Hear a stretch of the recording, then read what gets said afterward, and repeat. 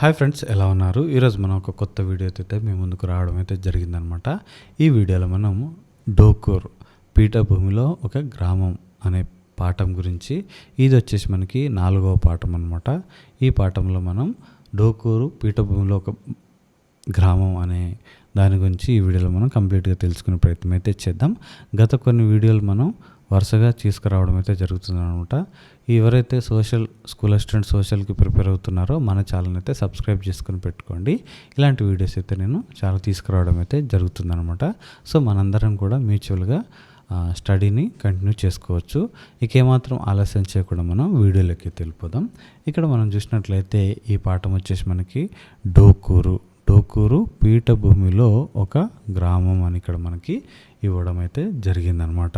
ఇక్కడ మనం చూసినట్లయితే గత పాఠంలో కృష్ణా డెల్టా ప్రాంతంలో సమృద్ధిగా నీళ్లు, సారవంతమైన నేలలు ఉన్న ఒక గ్రామాన్ని చూసాం. వర్షపాతం, సాగునీటి సౌకర్యాలు ఇక్కడ చూసినట్లయితే సాగునీటి సౌకర్యాలు అంతగా లేని సారవంతం కాని నేలలు ఉండే మరొక ఊరిలో జీవితం ఎలా ఉంటుందో ఊహించుకోండి. ఎటువంటి తేడాలు ఉంటాయి తరగతిలో చర్చించండి అని మనకి ఇక్కడ చెప్పడం అయితే జరిగిందనమాట. ఇక్కడ మనం చూసినట్లయితే మొదటగా దక్కన్ పీఠభూమి అని ఇవ్వడం జరిగింది. 3వ అధ్యాయంలో పటం 1లో తెలంగాణ భూస్వరూపాలను చూడండి. తెలంగాణ రాష్ట్రం ప్రధానంగా పీఠభూమి అని గమనిస్తారు. ఇక్కడ తెలంగాణ రాష్ట్రం ప్రధానంగా ఏంటంట, పీఠభూమి అని ఇక్కడ రచయిత మనకి చెప్పడం జరుగుతుంది అని మీరు గమనించండి. అదేవిధంగా ఇక్కడ మనం చూసినట్లయితే అదే అధ్యయనంలోని పటం 2తో దీన్ని పోల్చండి. ఈ ప్రాంతం అంతా విస్తృత దక్కన్ పీఠభూమిలో భాగమని చూస్తారు. దక్కన్ పీఠభూమికి ఒక వైపున పశ్చిమ కనుమలు, మరొక వైపున తూర్పు కనుమలు ఉన్నాయి. సో మనం ఇంతకుముందు అనుకున్నట్లు ఇది భారతదేశం అని అనుకుంటే, ఇది భారతదేశం అని మీరు అనుకుంటే ఇక్కడ చూసినట్లయితే ఇవి పశ్చిమ కనుమలు, ఇవి వచ్చేసి మనకి తూర్పు కనుమలుగా మనం చెప్పవచ్చు. ఈ తూర్పు కనుమలు, ఈ పశ్చిమ కనుమలు అని మనం ఇక్కడ చెప్పవచ్చు. ఇక్కడ చూసినట్లయితే సముద్ర తీర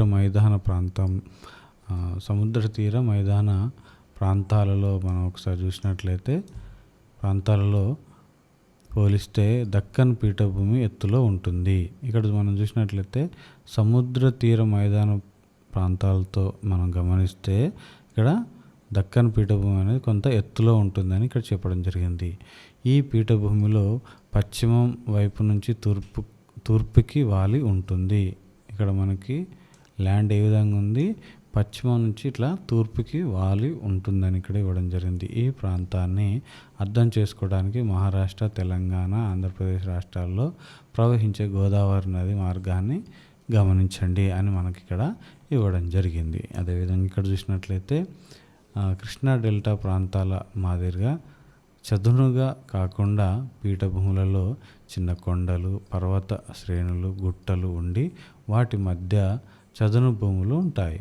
ఫలితంగా నివాస ప్రాంతం, సాగు భూమి చిన్న విస్తీర్ణాలలో మాత్రమే సాధ్యమవుతాయి. ఈ ప్రాంతం రాళ్ళమయంగా ఉండి మట్టి పొర చాలా పలచగా ఉంటాయి. ఇక్కడ చూసినట్లయితే పీఠభూమిలో మరొక ముఖ్యమైన అంశం వర్షపాతం తక్కువగా ఉంటుందని ఇక్కడ చెప్పవచ్చు. ఇక్కడ మనకి పీఠభూమికి సంబంధించింది ఇక్కడ ఇవ్వడం జరిగింది. ఏదైనా ఇంపార్టెంట్ పాయింట్ అని మీకు అనిపిస్తే వాటిని అయితే మీరు నోట్ చేసుకొని అయితే రివిజన్ చేసుకోవడానికి అయితే బాగుంటుందన్నమాట. సో ఇక్కడ మనం చూసినట్లయితే అటువంటి కష్టమైన ప్రాంతాల్లో ప్రజలు ఎలా ఉంటారో తెలుసుకోవాలి అనుకున్నాం. తెలంగాణ పీఠభూమిలోని మహబూబ్నగర్ జిల్లాలోని డోకూర్ గ్రామం సందర్శించి అధ్యయనం చేద్దాం అని ఇక్కడ ఒక పర్టికులర్ ఒక ప్లేస్ని అధ్యయనం చేద్దామని అయితే ఇక్కడ అనుకోవడం అయితే జరిగింది. ఇక్కడ చూసినట్లయితే డోకూరు గ్రామం దేవరకద్ర మండలంలో ఉంది. డోకూర్ అనేది ఎక్కడుందంట, దేవరకద్రలో ఉండడం అయితే జరిగింది. ఇది మహబూబ్నగర్ పట్టణానికి సుమారు 25 కిలోమీటర్ల దూరంలో ఉందంట. ఈ గ్రామం పాత పేరేంటిది డాకూర్. బందిపోటు అనే అర్థం ఉన్న ఈ డాకు పదం నుంచి ఈ పేరు వచ్చింది. చాలా సంవత్సరాల క్రితం ఈ గ్రామం చుట్టుపక్కల అడవుల్లోని దట్టమైన పొదల్లో తేలికగా దాక్కోగలగటంతో బందిపోటు ముఠాలు ఇక్కడ నివసించేవి. ప్రస్తుతం ఈ ఊరికి డోకూర్ అంటున్నారు. డాకూర్కున్న పేరు మారి ఏమైంది, ఇక్కడ చూసినట్లయితే డోకూర్ అనే పేరుతో ఇక్కడ పిలవడం అయితే జరుగుతుంది.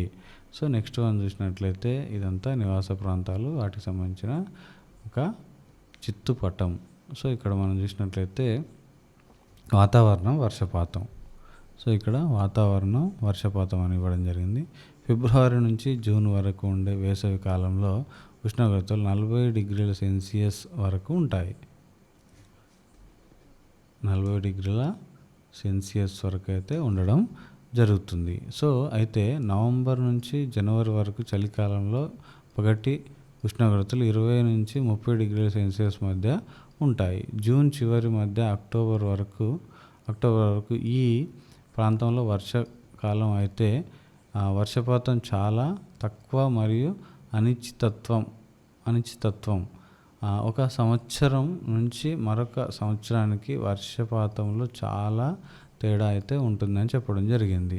కాబట్టి వర్షపాతాన్ని ముందుగా ఊహించలేం మరియు నమ్మలేం. ఇక్కడ చూసినట్లయితే దాన్ని ఊహించలేం, మనం నమ్మలేం అని ఇక్కడ ఇవ్వడం జరిగింది. అదేవిధంగా చూసినట్లయితే వర్షాభావ సంవత్సరాలలో కరువు పరిస్థితులు నెలకొంటాయి.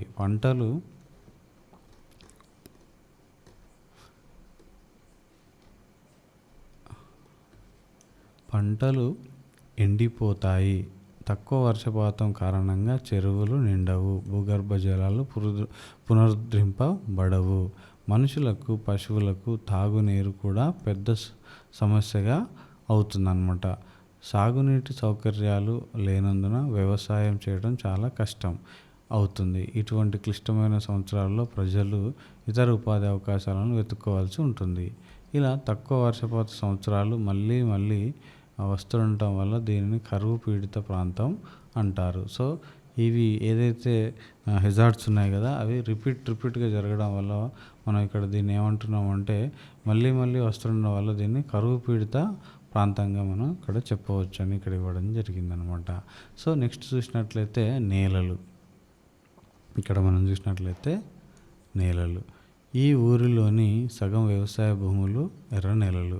ఈ నేలల పై పొర లోతైనవి కావు, సారవంతమైనవి కావు.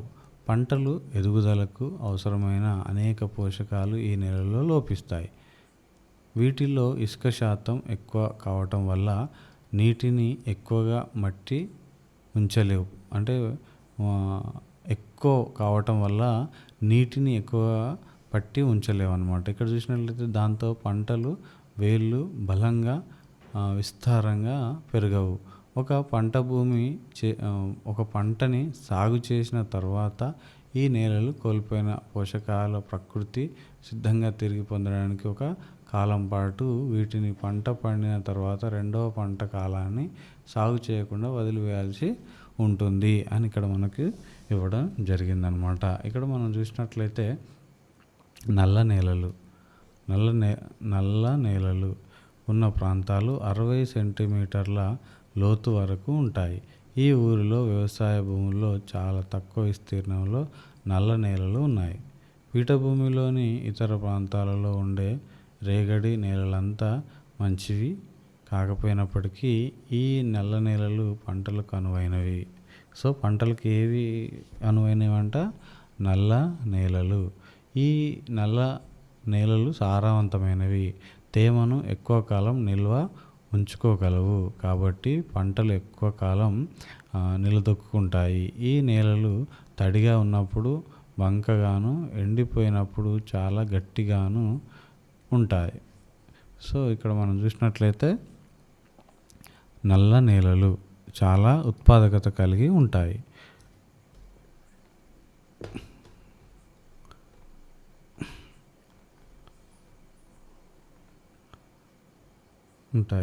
తర్వాత చౌడు, గరుసు ఇతర ప్రధాన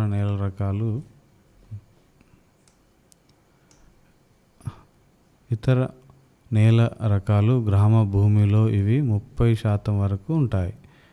వీటిల్లో ఎక్కువగా రాళ్ళు ఉండి సాగుకు అంత అనువైనవిగా ఉండవు అని ఇక్కడ ఇవ్వడం జరిగింది. సో నెక్స్ట్ వన్ వచ్చేసి మనకి నీటి వనరులు, చెరువులు, కుంటలు.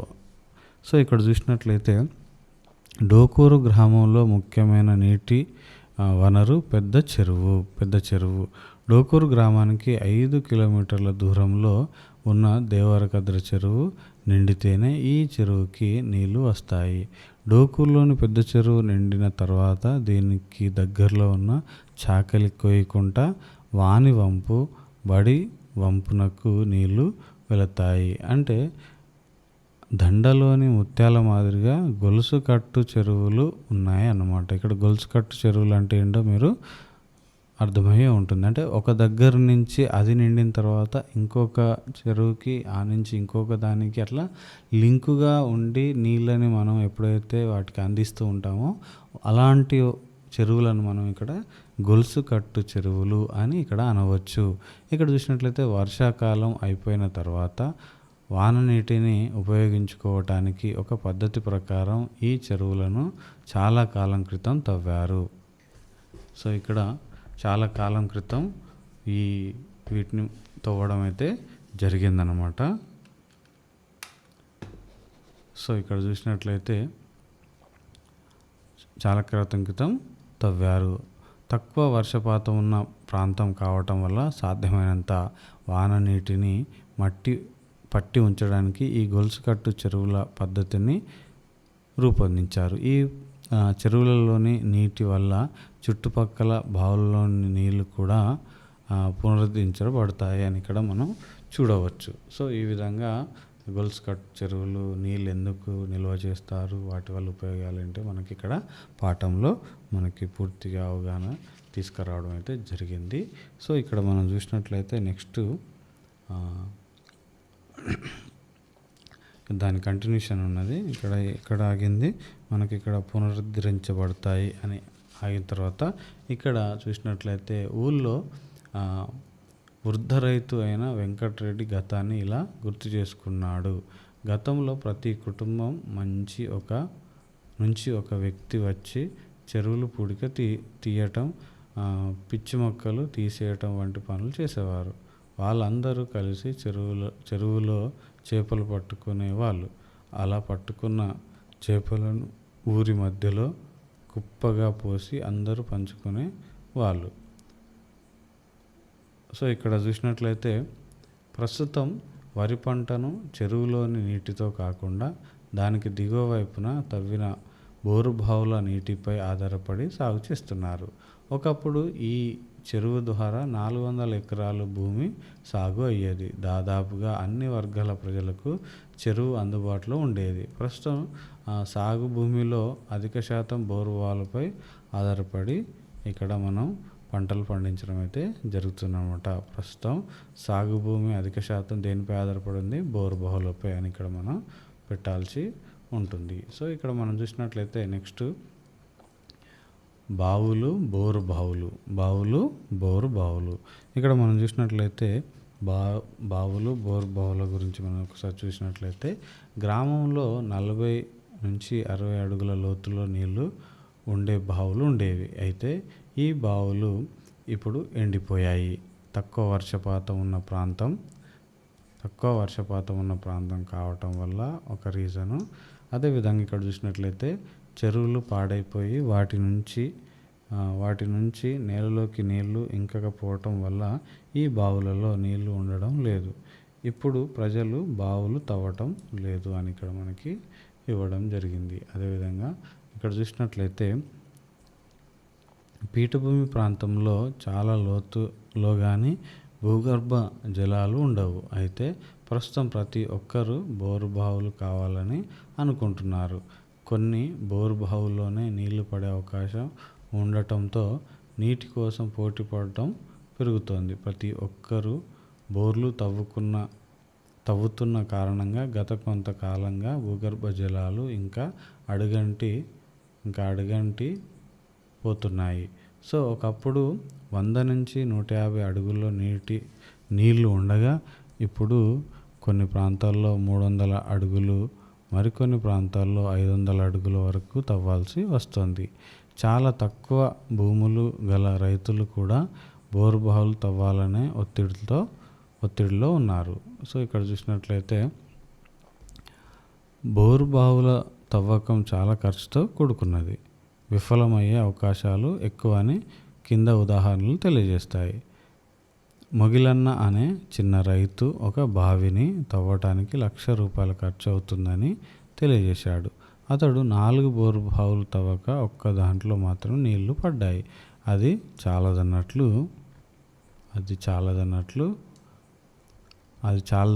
ఆ బోరు బావి కింద 1 ఎకరం మాత్రమే పారుతుంది. అదేవిధంగా ఊరిలోని పెద్ద రైతు అయిన నరేందర్ రెడ్డి తన 20 ఎకరాల భూమిలో 15 బోరుబావులు తవ్వించానని, వాటిలో 2 మాత్రం నీళ్లు పడ్డాయని చెప్పాడు. ఇక్కడ చూసినట్లయితే బోరు బావులు ఖర్చుతో కూడుకున్నవి, విఫలమయ్యే అవకాశాలు ఉన్నప్పటికీ రైతులందరూ ఈ పద్ధతినే మారిపోతున్నారు.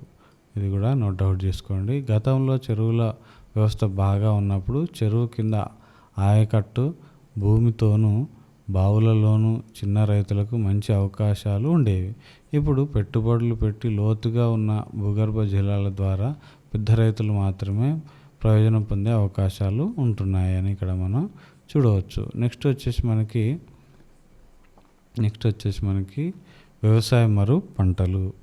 వ్యవసాయం మరియు పంటలు. డోకూరు గ్రామ రైతులు పత్తి, వేరుశెనగ, ఆముదం, వరి, సజ్జ, అలసంద, కంది వంటి పంటలు పండిస్తారు. గతంలో ప్రజలు ఆహార పంటలుగా ప్రధానంగా ఇక్కడ మనం చూసినట్లయితే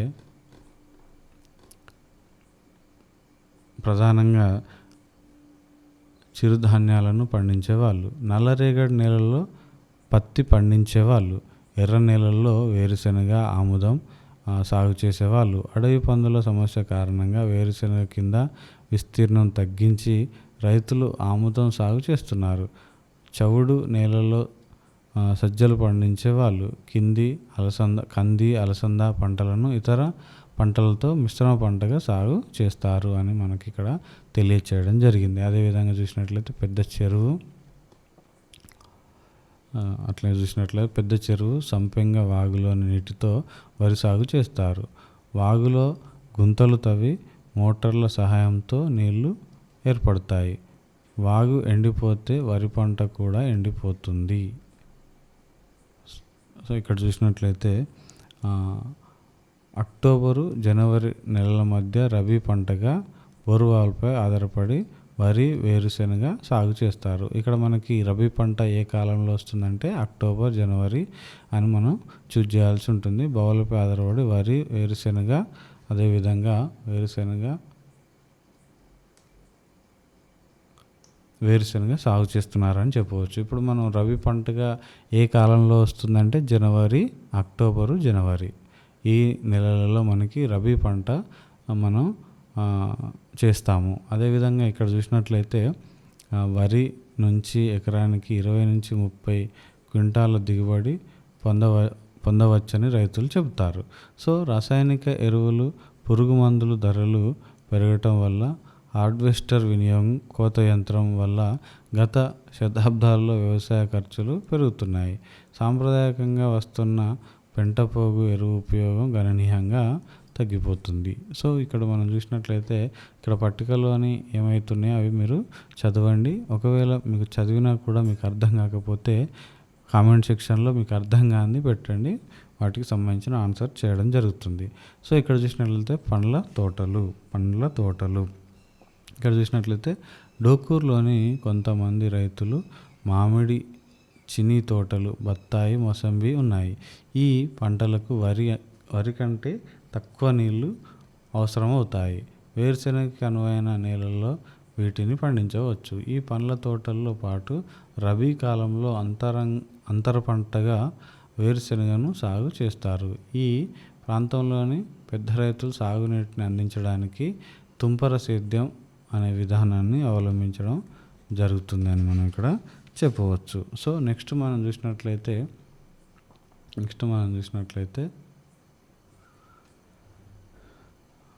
డోకూరులో భూమి వినియోగం సుస్థిరమైనదేనా? డోకూరులో భూమి వినియోగం సుస్థిరమైనదేనా అని మనకి ఇక్కడ అడగడం జరుగుతుంది. సో మన భూమి రాబోయే అనేక తరాల పాటు సారవంతంగా ఉండేలా మన భూ వినియోగం ఉండాలని పర్యావరణవాదులు విశ్వసిస్తారు. దీనికోసం మనం సుస్థిర భూ వినియోగ విధానాన్ని అనుసరించాలి. అంటే భూసారాన్ని కాపాడుకుంటూ ఉండాలి. భూగర్భ జలాలు పడుతుండాలి. అటవీ భూమి, పచ్చిక బిల్లు, సాగు భూమి మధ్య సమతుల్యం ఉండాలి అని ఇక్కడ మనం చూడవచ్చు. సో ఇవి ఏదైతే పట్టికలోని ఉన్నాయో మీరు చదివే ప్రయత్నం అయితే చేయండి. సో ఇక్కడ చూసినట్లయితే ఇతర జీవనోపాధులు 6 నెలల పాటు మాత్రమే వ్యవసాయ పనులు దొరుకుతాయి. కాబట్టి చిన్న రైతులు, వ్యవసాయ కూలీలు, ఇక్కడ మనం చూసినట్లయితే చిన్న రైతులు, వ్యవసాయ కూలీలు ఉపాధి కోసం పట్టణాలు, నగరాలకు వలస వెళ్తున్నారు. హైదరాబాదుకే కాకుండా ఇతర రాష్ట్రాలైన గోవా, మహారాష్ట్రలోని పూనా వంటి ప్రాంతాలకు కూడా వలస వెళ్ళి మళ్ళీ జూన్లో తిరిగి వస్తుంటారు. వ్యవసాయం ద్వారా ఖచ్చితమైన ఆదాయం వస్తుందన్న నమ్మకం లేనందువల్ల ఈ గ్రామంలోని రైతులు తమ జీవనోపాధికి వ్యవసాయేతర పనులు కూడా చేపడతారు అని మనం ఇక్కడ తెలుసుకోవచ్చు. నెక్స్ట్ మనం చూసినట్లయితే పశు పోషణ. ఇక్కడ చూసినట్లయితే పశు పోషణ. డోకూరులోని కొంతమంది రైతులు పాడి పశువులను పెంచుతున్నారు. ప్రభుత్వ సహకార సంఘాలకు పాలు అమ్ముతారు. పాలలోని వెన్న శాతం బట్టి దానికి లభించే ధర ఆధారంగా ఉంటుంది. సో వెన్న శాతం బట్టి మనకి ధర అనేది నిర్ణయించడం అయితే జరుగుతుంది అని ఇక్కడ చెప్పవచ్చు. ఇక్కడ చూసినట్లయితే లీటర్ పాలకు 35 నుంచి 40 రూపాయలు లభిస్తాయని ఆ రైతులు చెప్పారు. పాల కోసం ఎక్కువ బర్రెలను పెంచుతారు. సో ఇక్కడ చూసినట్లయితే డోకూరులో తక్కువ భూమి ఉన్న సుమారు 20 కుటుంబాలు తమ జీవనోపాధికి ప్రధానంగా గొర్రెల పెంపకంపై ఆధారపడి ఉన్నారు. ఇక్కడ చూసినట్లయితే వానాకాలంలో గొర్రెలు ఊరి ఉమ్మడి భూముల్లో మేస్తాయి. గొర్రెల కాపరి అయిన నాగరాజు ఇలా చెప్పాడు. గ్రామం చుట్టుపక్కల ఉన్న రియల్ ఎస్టేట్ భూముల్లోనూ అదేవిధంగా ఇక్కడ చూసినట్లయితే దగ్గరలోని మన్యంకొండలోను గొర్రెలను మేపుతాం. వేసవిలో గొర్రెలతో పాటు నల్గొండ మరియు ఆంధ్రప్రదేశ్లోని కర్నూలు జిల్లాలకు వెళ్ళి అక్కడ వాటిని మేపుతాం. మాకు సంవత్సరానికి సుమారు ₹1,00,000 ఆదాయం వస్తుంది అని ఇక్కడ వీరు చెప్పడం అయితే జరిగిందనమాట. సో నెక్స్ట్ మనం చూసినట్లయితే ఇతర పనులు అని ఇక్కడ మనకి ఇవ్వడం జరిగింది. సో డోకూరులో వ్యవసాయేతర పనుల్లో వడ్రంగం, లోహ పని, రైసు మిల్లు వంటివి ఉన్నాయి. వడ్రంగం పని చేసే 2 కుటుంబాలు గ్రామంలో ఉన్నాయి. వీళ్ళు కట్టుకోవడానికి తలుపులు, కిటికీలు, పైకప్పులు వంటివి వీళ్ళు తయారు చేస్తారు. ప్రస్తుతం వీళ్ళు అనేక పనులను విద్యుత్ పరికరాలు వాడుతున్నారు. సో గ్రామంలో వడ్రంగిగా పనిచేస్తున్న ప్రభాకరాచారి తమకు నెలకు ₹3,000 సంపాదన ఉంటుందని చెప్పాడు. సో ఇక్కడ చూసినట్లయితే కమ్మరి పనిచేసే కుటుంబాలు 2-3 గ్రామంలో ఉన్నాయి. వ్యవసాయ పరికరాల మరమ్మతుతో పాటు వీళ్ళు వెల్డింగ్ పని కూడా చేస్తారు. ఇవి కాక ఊళ్ళో ఒక రైస్ మిల్ కూడా ఉంది అని ఇక్కడ మనకి చెప్పడం జరిగింది. అదేవిధంగా అలాగే నైపుణ్యం గల ఉద్యోగాలు, ప్రభుత్వ ఉద్యోగాలు పనిచేస్తున్న కుటుంబాలు 20 దాకా ఊళ్ళో ఉన్నాయి.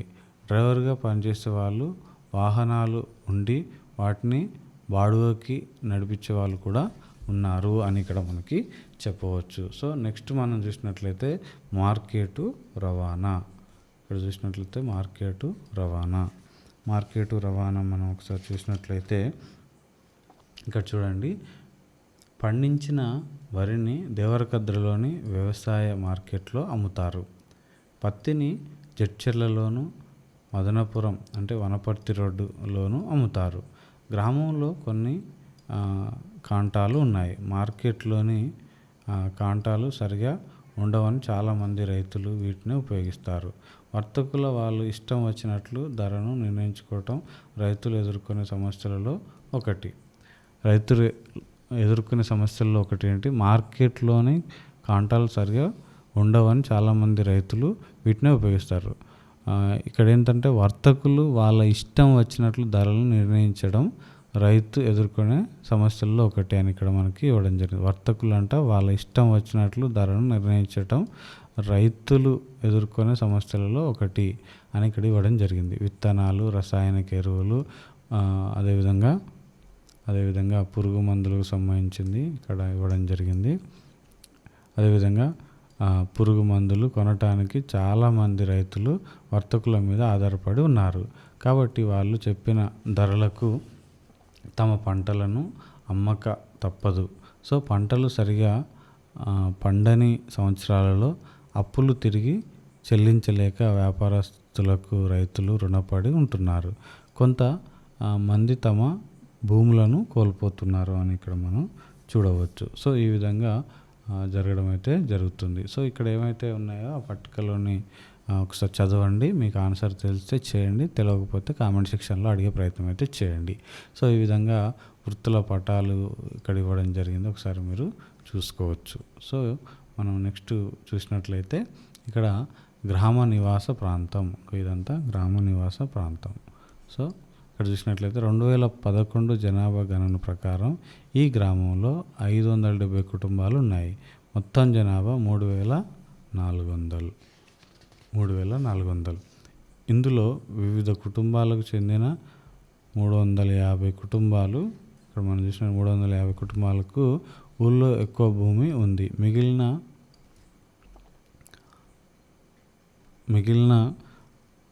ఇక్కడ 220 కుటుంబాలకు ఊళ్ళో చుట్టుపక్కల ఊళ్ళలో కూలి పనులకు ఆధారపడి ఉన్నారు. వీళ్ళకి అరెకరం కంటే తక్కువ భూమి ఉంది. వీళ్ళందరూ వ్యవసాయ కూలీలు. వీళ్ళు వలసలు కూడా వెళ్తారని ఇంతకుముందు మనం తెలుసుకోవడం అయితే జరిగింది. వలస అంటే ఒక ప్రాంతం నుంచి ఇంకో ప్రాంతానికి వెళ్ళి అక్కడ నివాసం ఉంటూ కూలి పని చేసుకోవడం. ఇక్కడ చూసినట్లయితే భూమి ఉన్న 350 కుటుంబాల్లో 30 ఎకరాల భూమి ఉన్న పెద్ద రైతులు 4 ఉన్నారు. అధిక శాతం రైతులకు అరెకరం నుంచి 5 ఎకరాల లోపు భూమి ఉంటుంది. ఇక్కడ మనం చూసినట్లయితే అధిక శాతం రైతులకు ఏముంటుందంటే అరెకరం నుంచి ఒక 5 ఎకరాల వరకు అయితే భూమి ఉండడం జరుగుతుంది. అంటే రైతులలో అధిక శాతం చిన్న రైతులే అని ఇక్కడ మనం గమనించవచ్చు. గతంలో ఇల్లు మట్టి గోడలతో పెంకులతో వేసిన కప్పుతో ఉండేవి. ఇళ్లకు కలప